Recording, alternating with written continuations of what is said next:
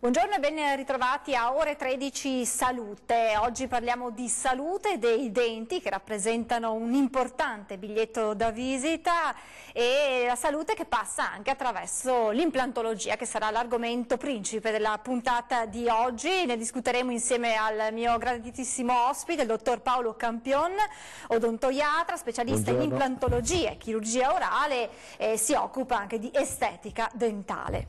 Buongiorno dottore, grazie per essere qui. Ricordo a voi telespettatori che potete intervenire in diretta per fare delle domande al nostro ospite, potete farlo chiamandolo 0422 16 798 oppure commentando sul post nella nostra pagina Facebook. Allora dottore, ho detto che il tema è l'implantologia, innanzitutto che cosa si intende per implantologia? Allora, l'implantologia è quella branca dell'odontoiatria che si occupa di sostituire nella maniera più efficiente e più efficace gli elementi dentali mancanti. Questa branca dell'odontoiatria ha preso piede già circa 50 anni fa, non a caso è stato un italiano a scoprire come questo titanio si attacca in maniera quasi per sempre, diciamo, all'osso. Ovviamente, come succede spesso anche per altre situazioni, qui in Italia non se ne fanno niente o se ne fa poco, all'estero hanno messo a punto dei protocolli, hanno sviluppato l'implantologia dentale. Oggi, diciamo, possiamo sostituire i denti mancanti, parliamo soprattutto per quei pazienti che non hanno più i propri denti ed è possibile rimettere, diciamo, dei denti fissi.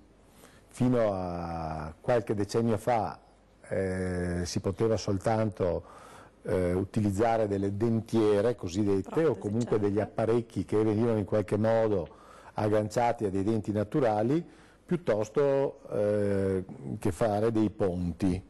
Quindi utilizzando degli elementi dentali venivano preparati e su questi elementi veniva costruito un vero e proprio ponte utilizzando i denti del paziente come pilastro e costruendo una travata, quindi nel sistema più classico. Ecco.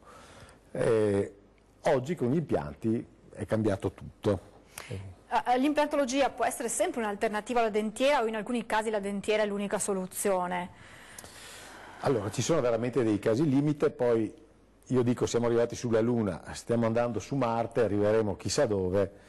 Dire è impossibile fare degli impianti, devono essere state tentate tutte le situazioni. Allora, a parte situazioni limite dove le condizioni di salute del paziente, e questo argomento l'abbiamo già affrontato in un'altra puntata, diciamo, ci sono veramente dei casi limite, però è veramente difficile non poter mettere degli impianti e quindi non potersi permettere di riavere nuovamente una masticazione efficace, un sorriso naturale e anche una certa sicurezza, perché non dimentichiamo che anche una dentiera fatta bene può avere un risultato estetico importante, però sicuramente dal punto di vista funzionale piuttosto che per la sicurezza anche dell'individuo non ha paragoni con una protesi sostenuta da impianti. Ecco, questo è sicuramente va sottolineato.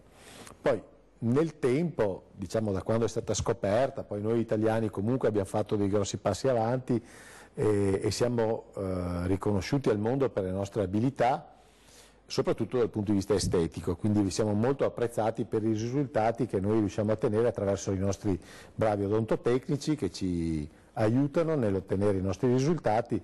Il paziente fondamentalmente viene per avere dei denti, in linea di massima non è molto interessato a ciò che c'è prima, quindi all'impianto, alla chirurgia, ma vuole dei denti fissi, questo è quello che viene chiesto e possibilmente ciò che questo implica, ovvero poter sorridere, poter masticare, poter essere sicuri, poter mordere, ecco, in maniera efficace e sicura.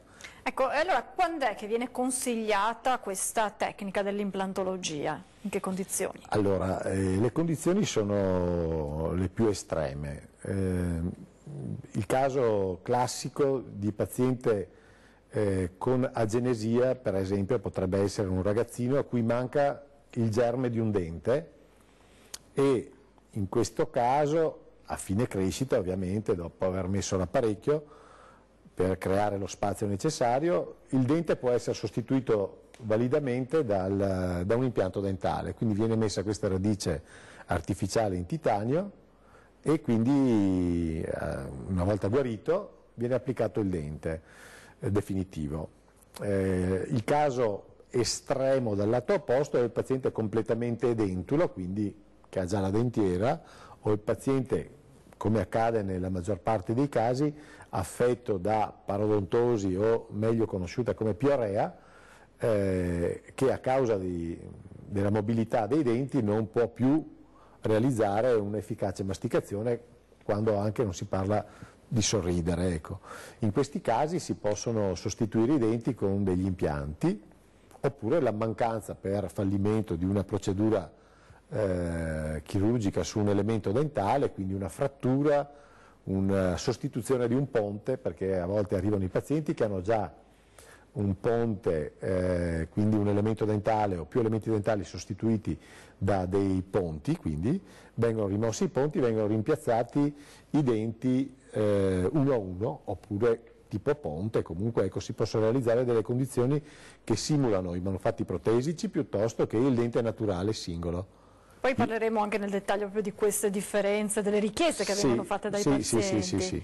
Ecco, c'erano anche delle immagini che avevo così per semplificare. Sì, chiediamo alla regia se possono... Sì, mandare, ci sono diciamo in sequenza, quindi si possono vedere in effetti quale può essere, perché a volte anche il paziente non sa esattamente se stiamo parlando di un perno e quindi ci riferiamo a qualcosa che va nel dente piuttosto che qualcosa che va inserito nel tessuto vivente, quindi nell'osso. Sono delle piccole, diciamo così, differenze dal punto di vista, diciamo così, lessicale, ma in realtà nella sostanza c'è molta differenza. Poi, diciamo, negli anni l'implantologia ha fatto dei grossi passi avanti, la tecnologia ci sta dando una mano importante, abbiamo tutto quello che ci può coadiuvare nella fase diagnostica, nel capire quindi la quantità e la qualità d'osso. Ecco, vediamo nelle immagini quello che può, diciamo in qualche maniera, nel disegno mostrare la parte metallica è quella che viene integrata nel tessuto vivente, si parla proprio di osteointegrazione, il titanio purissimo, 99,99% ha questa capacità, trattato opportunamente, di saldarsi all'osso in maniera permanente. Scusi se la interrompo, solo titanio viene utilizzato o ci sono anche altri materiali? Ci sono altri materiali che sono un po' allo studio, che non hanno le stesse garanzie del titanio, c'è questa, diciamo, tendenza metal free, ci sono filosofie di pensiero che vorrebbero eliminare completamente i metalli dal corpo umano, sembrano dare delle buone, diciamo così, possibilità, però ad oggi e per tempi di guarigione, per esempio con la zirconia si necessitano, diciamo, di almeno 12 mesi di tempo per guarire, mentre un impianto normale va dai 3 ai 6 mesi. La percentuale di fallimento in quel caso è molto maggiore, quindi quando uno decide di utilizzare il metal free deve sapere esattamente che a fronte di possibili effetti collaterali legati al metallo ci sono tante altre situazioni che devono essere valutate bene. Quindi ad oggi il titanio purissimo, trattato, decontaminato e quindi detossificato, diciamo, e una corretta tecnica chirurgica ovviamente, sono quelle che ci danno garanzie. Noi diciamo che un impianto in titanio possa durare circa 10 anni. In realtà sappiamo benissimo che un impianto, una volta osteointegrato, se non sopraggiungono complicazioni o altre traumi o insulti batterici o quant'altro, l'impianto può durare veramente anche 30 anni, c'è casistica ampia ormai, soprattutto diciamo il padre dell'implantologia moderna, che è il professor Branemark, che è conosciuto da tutti nel settore, e lui ha protocollato per primo l'implantologia. Noi italiani ci siamo arrivati più per intuizione che per, ma d'altronde il nostro estro artistico. L'importante è arrivarci. È arrivarci, ma noi abbiamo fatto molto di più, cose che hanno fatto gli svedesi di questa azienda negli anni. Hanno dimostrato che le intuizioni che avevamo avuto noi negli anni 60 e 70, quando facevamo il cosiddetto carico immediato, erano corrette. Certo, c'erano degli errori che non capivamo bene, però nel tempo, dopo molti anni, queste aziende hanno proposto protocolli che si riferivano proprio al carico immediato, che vuol dire mettere i denti subito dopo aver inserito l'impianto. E questo l'abbiamo fatto noi italiani per primi, e poi gli altri hanno messo a punto la procedura, però insomma tanto di cappello, ecco. E in questo modo è possibile anche, ma lo facevamo già 30 anni fa, mettere dei denti il giorno dell'intervento chirurgico dell'inserimento dell'impianto, e questo è sicuramente un grosso vantaggio, perché il paziente non sta nemmeno un giorno senza i denti fissi, che insomma con le esigenze del giorno d'oggi sicuramente non è cosa da poco. Poi che questo sia possibile sempre in tutte le situazioni e predicibile, quindi anche per il paziente che viene e dice ma io posso, ogni caso va valutato a sé. Ecco, in generale chi può farla? Chi è il paziente ideale? Il paziente ideale è il paziente che ha molto tessuto osseo, quindi dove c'è abbondanza di osso, questo è sicuramente più predicibile, dove non ci sono infezioni, ovviamente, perché questi batteri sicuramente, se devono scegliere un ospite, quello ideale è il corpo estraneo, e l'impianto, per quanto possa essere biocompatibile, rimane comunque un corpo estraneo, quindi assolutamente questo. Il paziente che ha un'atrofia grave dei tessuti non è un paziente indicato, diciamo, per questo tipo di trattamento, e ovviamente il paziente che ha già la dentiera, io dico guardi, qual è la sua necessità di avere i denti fissi subito, perché se è andato avanti 10 anni con questo tipo di riabilitazione mobile, magari prendere un rischio non è giustificato, quindi preferisco magari che continui a portare la protesi mobile, insomma non succede niente. Ci fermiamo adesso per qualche minuto di pubblicità e poi torniamo a parlare di implantologia, anche con le vostre domande su Facebook. A tra poco.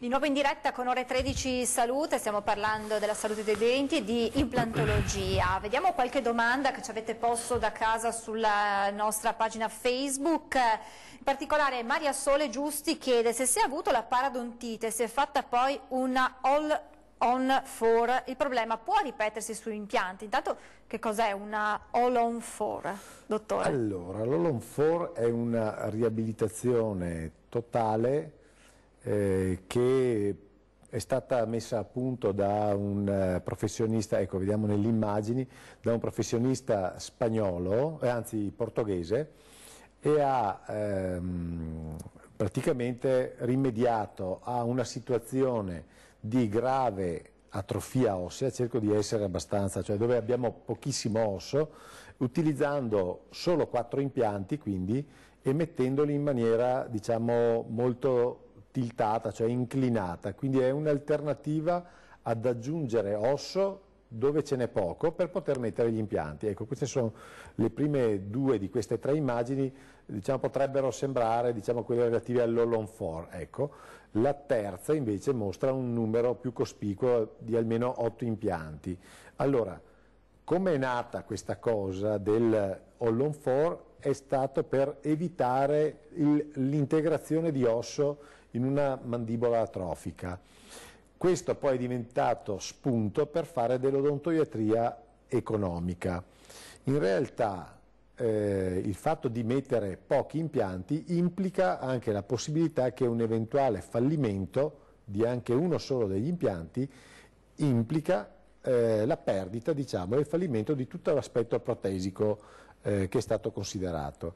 Quindi io, siccome non devo fare il campionato mondiale di chi mette meno impianti, ma devo fare il campionato mondiale per chi dà il risultato al paziente, la sicurezza e anche la durata del lavoro, non è che consiglio caldamente di fare questo all-on-4. È un metodo che è diventato, diciamo, un po' una moda per proporre delle soluzioni a basso costo. Però io invito tutti i pazienti, tutti i telespettatori che dovessero eventualmente approcciare questa tecnica di valutare bene le soluzioni alternative e di farsi garantire la durata nel tempo. È vero che il dottor Malot, che è questo portoghese, lui nelle sue mani questa tecnica ce l'ha da diversi anni, ma tutti gli studi a lungo termine che sono stati fatti su almeno 6 impianti. Quindi quello che garantisce di più oggi è avere almeno 6 impianti. Ovviamente in questo caso tutti i denti sono uniti tra loro. Il discorso della piorrea, detta volgarmente piorrea parodontosi, inquadra una situazione che dipende molto spesso da fattori genetici. Significa che c'è una carenza di alcuni sistemi metabolici che sono deputati al trattenere il dente nell'osso, sia per un discorso del legamento, sia per un discorso del cemento della radice o per chissà quale malformazione. Questi pazienti tendono a perdere osso attorno al dente e quindi a perdere stabilità dei denti e a perderli. Se a questo aggiungiamo, e questo diventa importante, un problema di igiene dentale del paziente, è chiaro che le cose diventano molto complicate. Però solo per il fatto che il paziente ha perso i denti, questo non implica che lui non possa fare degli impianti. Il problema dell'igiene rimane, nel senso che il paziente deve poter e deve fare l'igiene come se avesse dei denti naturali. Diverso è il fatto che abbia avuto la piorrea, questo non c'entra assolutamente niente. La piorrea è un problema legato non all'osso, anche se il danno noi ce l'abbiamo nell'osso, cioè perdiamo l'osso. Il problema è legato, diciamo, a un fattore più del dente, della radice del dente stesso, quindi delle strutture che poi vanno ad attaccarsi all'osso. Questo problema, che purtroppo è ancora molto diffuso, può essere, nella maggior parte dei casi, si può prevenire, diciamo, intervenendo per tempo, ma ci sono situazioni veramente limite che non sono trattabili, o comunque si riesce a rallentare la perdita fino a un certo punto e poi comunque quel paziente prima o poi perderà. Ecco, in questi casi l'implantologia è una soluzione ideale. Ripeto, io personalmente l'All-on-4 non la amo, poi va valutato da caso a caso.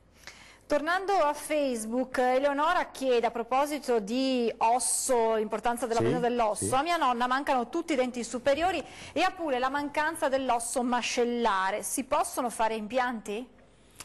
Allora, povere nonne che... allora, in linea di principio la base per poter fare l'implantologia è quella di avere dell'osso.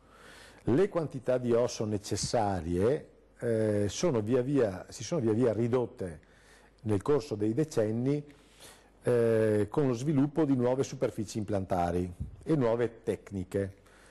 Quindi, per dire non c'è più osso, perché purtroppo la normalità è che i pazienti arrivano in studio con delle soluzioni protesiche alternative e dicono non ho potuto fare l'implantologia perché non avevo osso.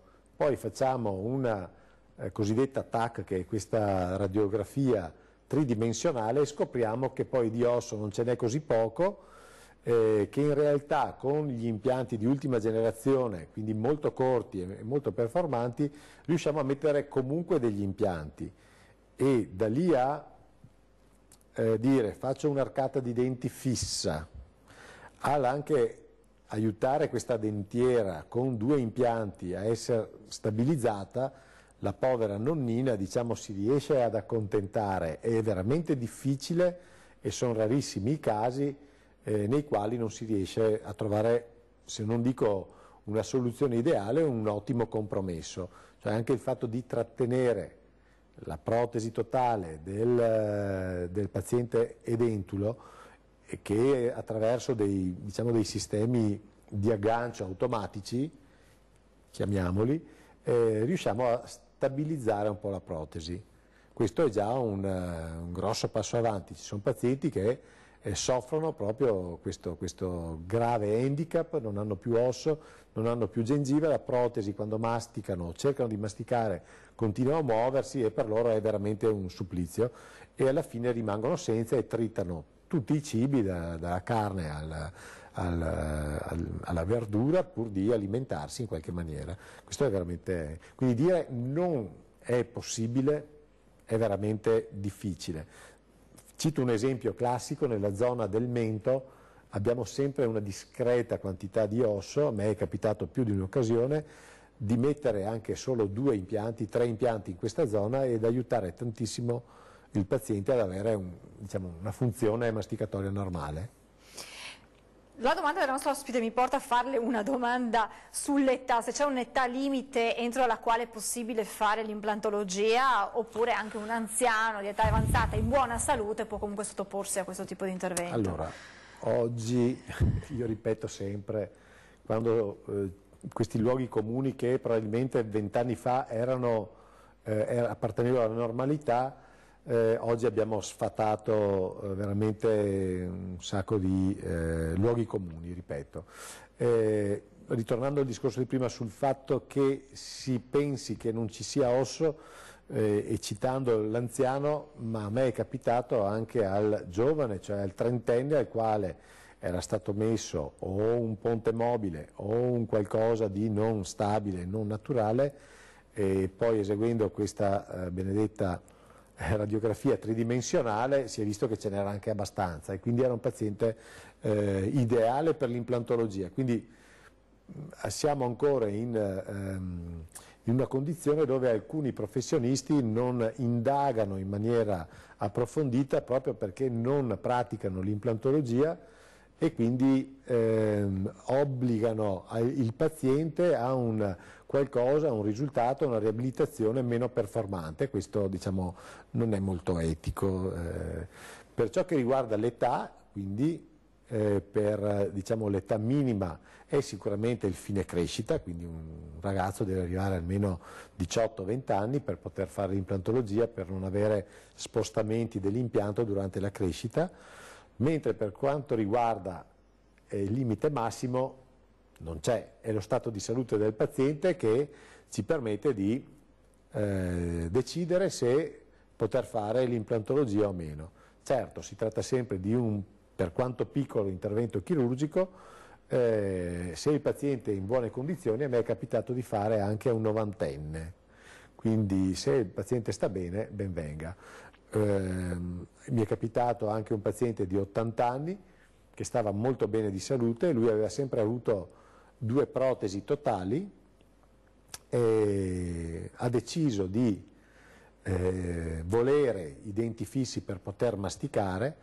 Dagli esami che abbiamo eseguito abbiamo visto che osso ce n'era in quantità sufficiente, e in 2 sedute abbiamo eseguito l'implantologia, abbiamo aspettato i tempi di guarigione e dopo 6 mesi lui aveva le sue arcate belle, fisse, e abbiamo trasformato un paziente che non aveva grossi problemi, però sicuramente dal punto di vista masticatorio non era felicissimo, e l'abbiamo trasformato in una persona veramente contenta, felice di poter masticare, mordere e addentare il cibo nella maniera normale, ecco.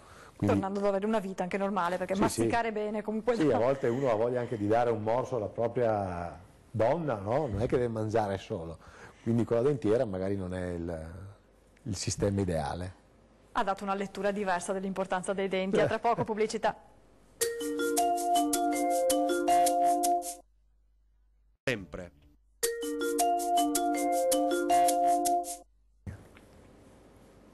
Rieccoci in diretta con il dottor Paolo Campione odontoiatra, stiamo parlando di implantologia, abbiamo una telefonata in linea, pronto? Buongiorno. Sì, buongiorno. Prego. A posto parlare, vabbè. Sono Carlo da Noventa di Piazza. Volevo chiedere, per quanto, ma a parte il dottore in privato mi sembra un dottore... Sì. Sì, buon.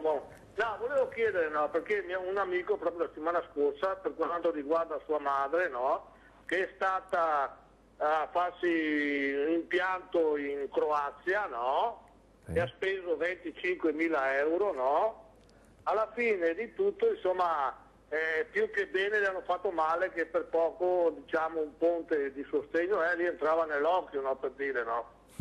Loro là non li hanno più riconosciuto niente, ha detto al limite se vuole ti riconosciamo, ti mettiamo una dentiera, però lei non ha accettato e così pace e bene. Adesso proprio questa settimana qua è andata all'ospedale nuovo di Mestre e gli fanno tutto il coso, tutto l'impianto gratis. È possibile una cosa del genere? Grazie intanto al nostro telespettatore. Intanto diciamo l'importanza di affidarsi insomma, a degli studi competenti, insomma, che siano preparati. Io ringrazio le cure low cost purtroppo non sempre funzionano. Io ringrazio il telespettatore perché ha aperto, diciamo, un varco nel nostro settore, perché quella che è diventata un po' una moda di andare in Croazia. Lui ha citato una cifra per una riabilitazione penso sia 2 arcate di denti, ha speso 25.000 euro, non gliel'hanno sicuramente regalata, quindi io invito i telespettatori a, non dico non andare in Croazia, perché anche lì generalizzare, non dico che non siano, perché sembra che noi abbiamo una posizione che sicuramente ha degli interessi diversi. Però attenzione, cioè in Croazia si andava per mangiare il pesce, cioè andare in Croazia per farsi i denti non significa necessariamente che i professionisti sono bravi a prescindere. Io nei congressi internazionali non ho mai visto dentisti croati e qui chiudo questo capitolo. Invito la signora a, diciamo, se vuole, senza nessun impegno, a contattarmi, perché io per questi casi e anche per altri che mi sono capitati sono in contatto con uno studio legale in Slovenia che ci dà l'assistenza, per cui dovessimo avere voglia di seguire questa cosa per diciamo, i canali corretti, abbiamo questa possibilità. Primo. Secondo, ripeto, questo è l'esempio tipico di cosa è successo. Con un dentista in Italia una cosa del genere non sarebbe mai successa. Quindi anche dal punto di vista della sicurezza, della tutela legale, non sappiamo nulla di questi professionisti, non sappiamo come difenderci nel caso in cui, anche senza la volontà o per errore o per qualsiasi motivo, le cose non vadano come noi ce le aspettiamo, come il contratto è stato messo a punto tra di noi. Siamo in un paese straniero, valgono le loro leggi, noi siamo stranieri e sicuramente saranno tutelati i professionisti e noi a far valere le nostre ragioni avremo sempre difficoltà. Qui in Italia, se andiamo da un professionista del quale possiamo valutare i titoli, e ovviamente io dico sempre in qualsiasi campo della medicina, è giusto che il professionista faccia vedere e mostri la propria casistica. Non possiamo andare da un professionista e basarci solo sulle sue parole o ci faccia vedere delle immagini di internet per mostrare cosa corrisponde. È giusto che venga fatte vedere delle immagini del professionista. Abbiamo un'altra telefonata? Pronto? Buongiorno. Buongiorno, io mi chiamo Gabriella, volevo chiedere una cosa al dottore. Io soffro di artrite reumatoide, mi sto curando da 10 anni con cortisone, farmaci di tutti i tipi, adesso forse passo al biologico perché non ho trovato di star bene. Volevo chiedere se avessi bisogno di fare implantologia, io la posso fare o ci sono dei problemi? Perché qualcuno mi dice che posso farla, qualcuno mi sconsiglia.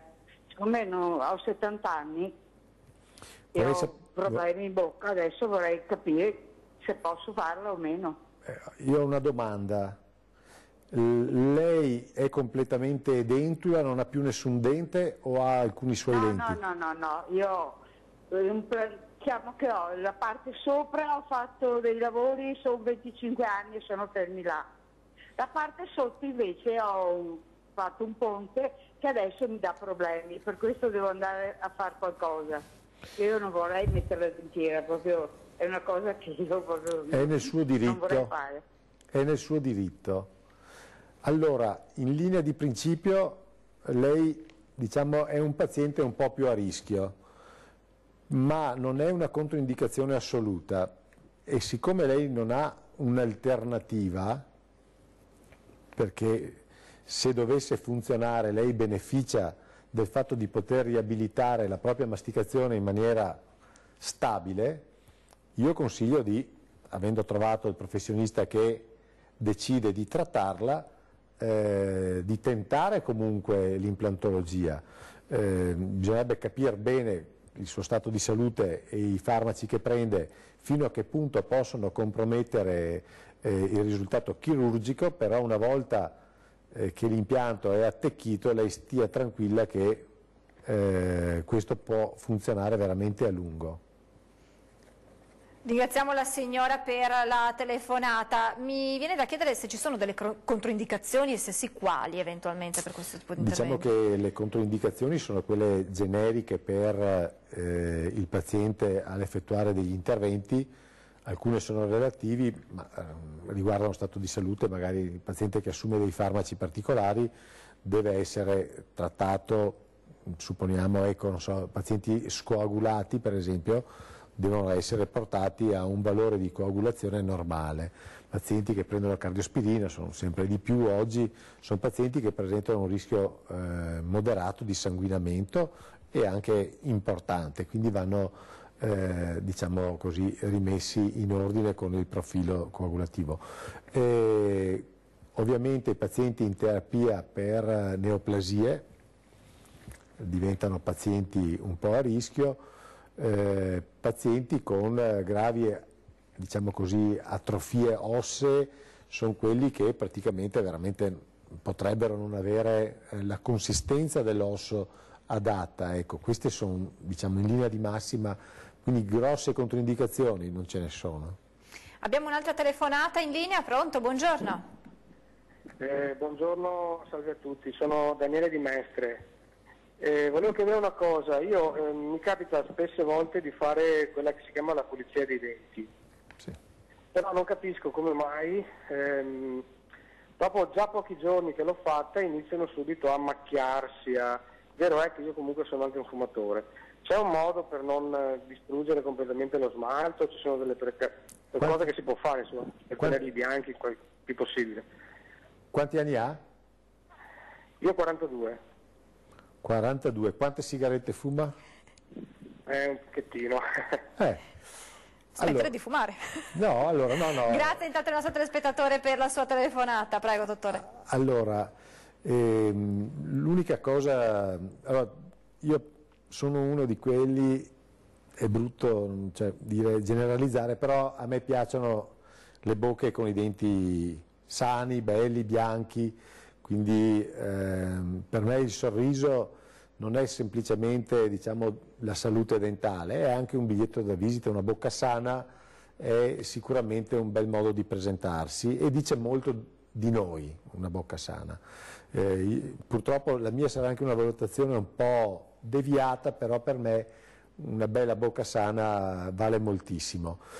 Quindi il fatto che il paziente dica io sono un fumatore, dopo un po' i miei denti ritornano.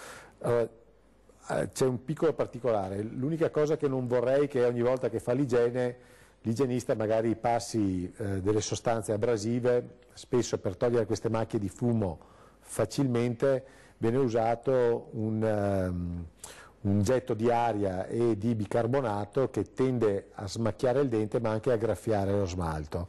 Di conseguenza lo smalto si pigmenta molto più velocemente, cioè una volta che la superficie dello smalto non è più liscia, ecco che questo smalto tende a pigmentarsi e ad annerirsi molto più velocemente. La soluzione finale per, diciamo anche, io ho chiesto l'età perché magari, ovvio, oltre a sconsigliare di continuare a fumare, perché questo non fa bene né ai denti né alle gengive, diciamo se il paziente vuole mantenere bello il suo sorriso può ricorrere a delle tecniche di sbiancamento definitivo, le chiamo io, permanente, che sono le famose faccette in ceramica. Queste faccette in ceramica non si pigmentano più, non devono essere pulite, può fumare anche il doppio delle sigarette e risolve sicuramente il problema. Ecco, questo lo sconsigliamo. Lo sconsigliamo, però insomma ecco, è diciamo, il modo per ritornare ad avere un sorriso diciamo così naturale. Il problema qual è? Che il paziente dice ma io sono costretto ogni 3 mesi a fare l'igiene per ritornare ad avere i miei denti. Neanche questo va bene. Se il dente è danneggiato in maniera, adesso non sappiamo il caso specifico, però se il dente è danneggiato in maniera permanente si può ricorrere a questa copertura parziale della parte esterna del dente con questi materiali che sono estetici ma soprattutto molto lucidi e resistenti alle macchie e ai pigmenti, quindi così. Un consiglio al nostro telespettatore. Ecco, è una cosa che noi facciamo molto. Volevo ricollegarmi. Dopo la pubblicità ci Benissimo, ricolleghiamo. ci ricolleghiamo. Ci fermiamo per pochissimi minuti, a tra poco.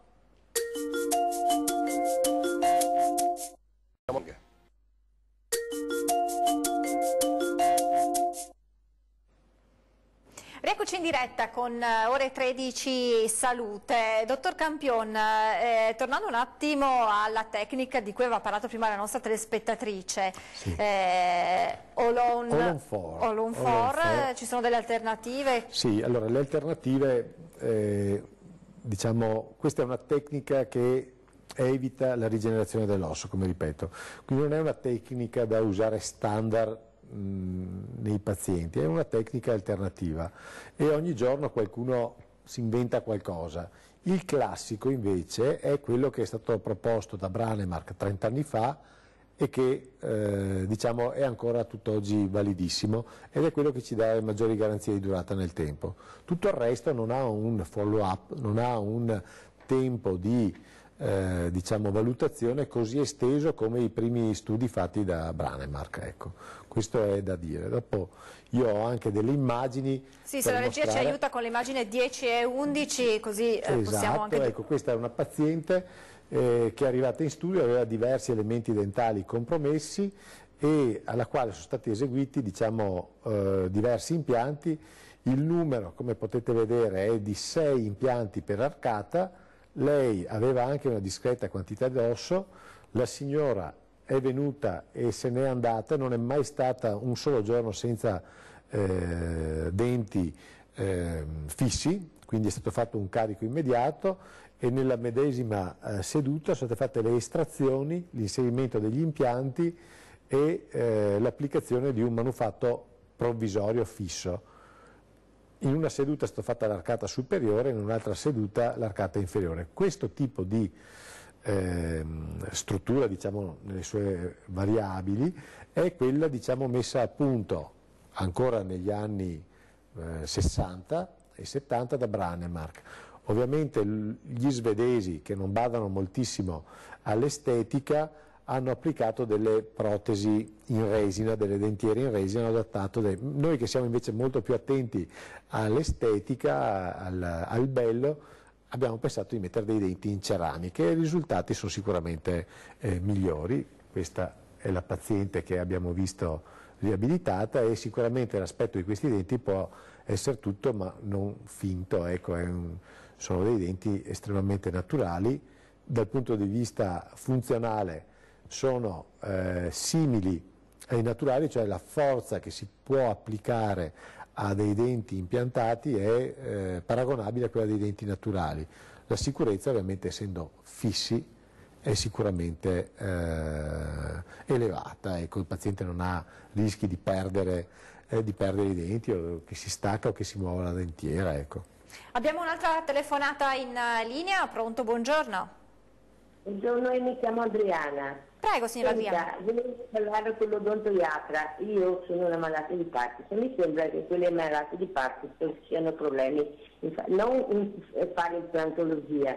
Siccome io ho gli incisivi sotto e sopra che si sono un po' scuriti, diciamo, volevo sapere se si poteva fare, se c'era il problema, perché esteticamente non sono tanto belli. Sì, Non so come mai si sono scuriti, questo è il problema. Buongiorno intanto. Allora, questa è una cosa molto interessante perché qui abbiamo a che fare con una patologia che di per sé non è una controindicazione all'odontoiatria, ma qualsiasi manovra che noi dobbiamo eseguire su un paziente col Parkinson, e soprattutto se è una manovra di precisione come la chirurgia, diventa un problema. Io ho trattato diversi pazienti con questa patologia e ho visto che nell'arco della giornata, o comunque da paziente a paziente, il fatto di poter avere un paziente collaborante è determinante sul fatto di poter riuscire a fare qualsiasi cosa. Quindi il Parkinson in sé non è una controindicazione all'implantologia, non è una controindicazione alle cure in generale, ma il fatto che il paziente sia in un momento in cui non sia il tremore non sia così importante da rendere impossibile le manovre, questo sì in realtà, per cui questo è l'unico vero problema. Il fatto che i denti siano scuri, adesso non so la signora che grado di tremore abbia, se riesce a controllarlo o meno, ma anche qui rientriamo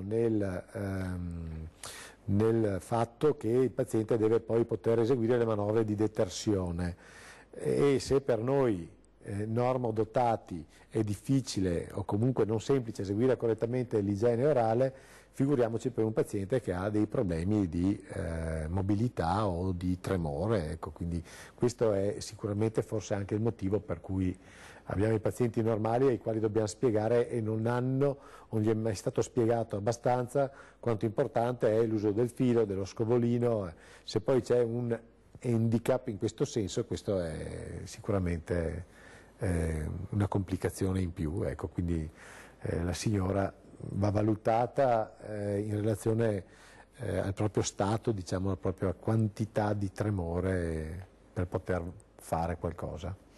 Quante sedute richiede tutta l'intera, se è possibile quantificarlo, poi dipenderà anche da paziente a paziente, sì, probabilmente. Ma in linea di massima, una volta che la parte diagnostica si è completata, la parte progettuale è stata fatta bene, quindi diciamo oggi abbiamo dei sistemi che ci permettono anche di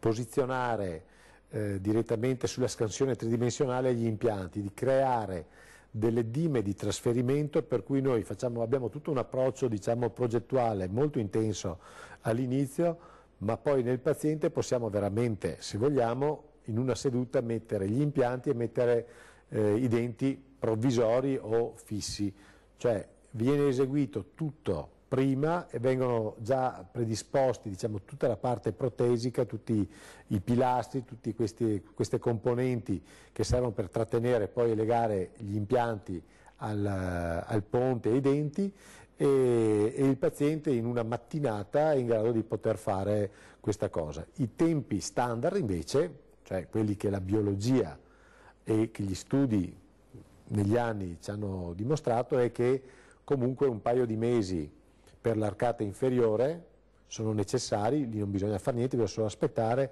4-5 mesi per l'arcata superiore. È vero che le nuove superfici hanno ridotto notevolmente i tempi di guarigione e quindi le performance di questi impianti e sempre di più si cerca di ridurre i tempi. Questo va sempre valutato di volta in volta perché poi ci ritroviamo di fronte al fallimento, a cercare di guadagnare un mese o due pregiudica la durata a lungo termine di tutto il lavoro e questo secondo me non è sempre giustificato. Ecco. Una volta fatta l'implantologia si può il giorno stesso mangiare normalmente o bisogna avere qualche precauzione? Assolutamente no. Diciamo che vanno evitati tutti i cibi molto duri, molto resistenti e cibi teneri, quindi cibi teneri per i primi giorni, assolutamente. Abbiamo un'altra telefonata, pronto? Pronto? Pronto? Buongiorno, prego, è in diretta. Sì, prego. buongiorno. Sì, buongiorno. Buongiorno, sono Giovanni da Treviso. Vorrei chiedere... Pronto? Pronto? Sì, prego signor Giovanni, prego. No, ma è un'altra telefonata adesso. Pronto? Ok, sono Giovanni da Treviso. Sì, prego. Ecco, vorrei chiedere al dottor Campion se è consigliabile con gli impianti... Sì? Con gli impianti di che? Con gli impianti, ok. Se è consigliabile l'igiene periodica, compreso il trattamento con il bicarbonato. Grazie, si deve avere le stesse accortezze che si hanno con i denti che Madre Natura ci ha dato, insomma. Allora, intanto la ringrazio perché questa è una domanda importante. Diciamo, quello che è importante non è tanto l'igiene periodica come quella che si fa per i denti naturali, ma è il controllo periodico, perché una garanzia prevede comunque una manutenzione e un piccolo problema individuato per tempo può essere risolto facilmente, mentre un grave problema riscontrato in tempi successivi può pregiudicare davvero il mantenimento a lungo termine. Sarò breve. Il bicarbonato mi sembra giustificare un qualcosa che un materiale non troppo lucido e quindi che tende a pigmentarsi, per cui magari chiederei al dentista di far lucidare al laboratorio la parte protesica, ecco, molto succintamente. Un flash, c'è il rischio rigetto, visto che si parla insomma di corpi estranei nel sì, corpo? Sì, allora il rischio rigetto non è improprio. Il vero rischio sugli impianti è che una procedura chirurgica non ben portata a termine possa essere compromessa dalla presenza di batteri. Questo è il vero punto chiave della fase chirurgica. Quindi il rigetto di per sé non esiste, quello che esiste quando abbiamo un fallimento degli impianti è che qualcosa sia andato storto, la parte protesica o la fase chirurgica, qualcosa succede, ecco, non è mai indipendente da nessuno. Io ringrazio moltissimo il dottor Paolo Campion per averci così spiegato meglio che cos'è l'implantologia, ringrazio voi telespettatori per essere intervenuti in diretta e su Facebook, grazie per averci seguito, buona giornata naturalmente su Antena 3, arrivederci. Arrivederci.